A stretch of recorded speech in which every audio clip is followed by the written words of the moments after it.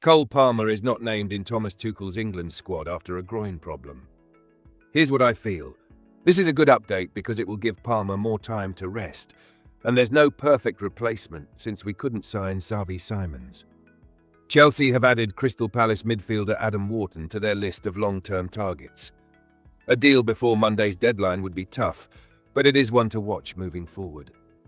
Here's what I feel. This deal might not happen this summer, but could be one for next summer. He might replace Lavia or others if they don't perform to expectations this season. Tottenham announced the signing of Xavi Simons from Leipzig. Here's what I feel. We've all heard the news that Xavi Simons has signed for Tottenham. Honestly, what Chelsea did to him was disappointing, but we don't always know what goes on behind the scenes. I'm certain Chelsea moved on from the deal a long time ago, but they should have told Simons to move on too instead of wasting his time. Maybe they thought he would wait longer like Garnacho did, but either way, it damages the club's reputation. All the same, I wish Xavi Simons the very best at Tottenham. You showed patience, and we'll always support you, except if you troll us in the near future. Manuel Neuer on the UCL draw. Chelsea is always a strong opponent. They just won the Club World Cup. We know PSG from many matches. It's always special to play against the best teams. Here's what I feel. Neuer has no other choice but to accept that we're always a strong opponent after what he witnessed at the Allianz Arena in 2012.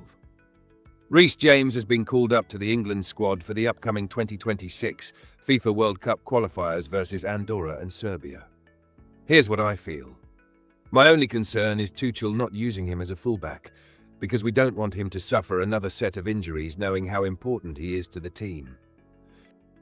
Alfie Gilchrist has left Chelsea and completed a permanent transfer to Championship club West Brom for £2 million plus add-ons. Here's what I feel. Honestly, I wish he stayed because he's got the blue blood in him, but football is more than emotions. We've got a reason with what he can also offer. Alejandro Garnacho has completed his Chelsea medical ahead of signing a 7-year contract at the club. Here's what I feel. With time, we'll know if he's a good addition to the squad or not. But one thing is certain, he was signed because of his Premier League experience. Mike Penders got called up to the Belgium squad. Marc Cucurella got called up too. Here's what I feel. This is a sign that we've gotten ourselves a future top goalkeeper.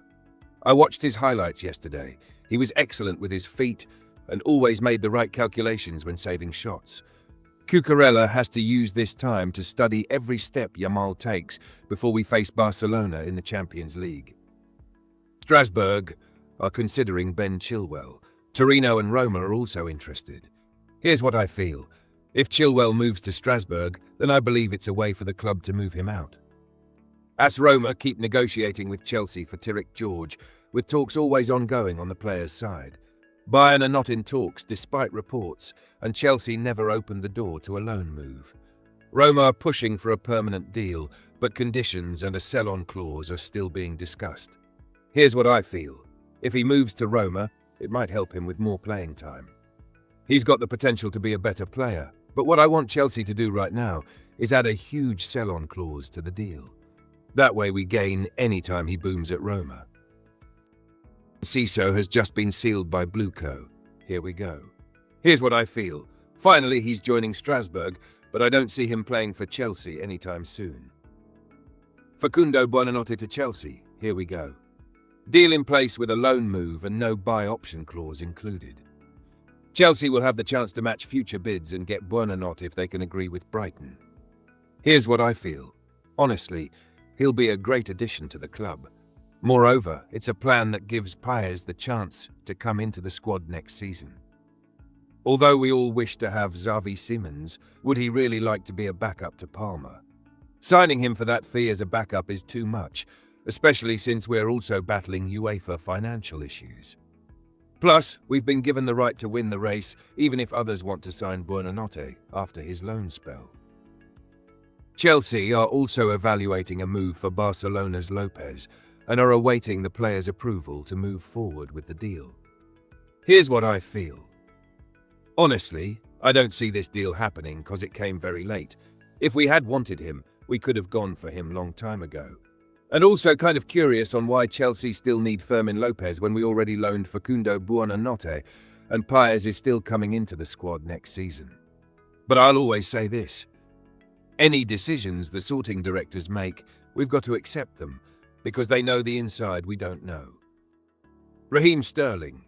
Fulham are currently considered closest out of those interested, but the 30-year-old is waiting to be presented with full options by Chelsea.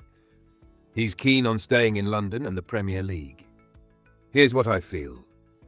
I know Sterling wouldn't want to leave the club because of the wages he earns, but he really needs to leave. Still trying to figure out why Chelsea signed him in the first place. Chelsea are now holding talks and plan to make a decision about Nicholas Jackson's future today. They're evaluating a number of options. Although it's currently unlikely, Jackson could still remain at Chelsea. At least 3 options are on the table, including Bayern Munich's package, with Juventus and Aston Villa also interested, as reported by Kava Solhakol. Here's what I feel. Honestly, Jackson can just stay for 1 more year, because he's got other things he can add to the club, even though his scoring ability is poor.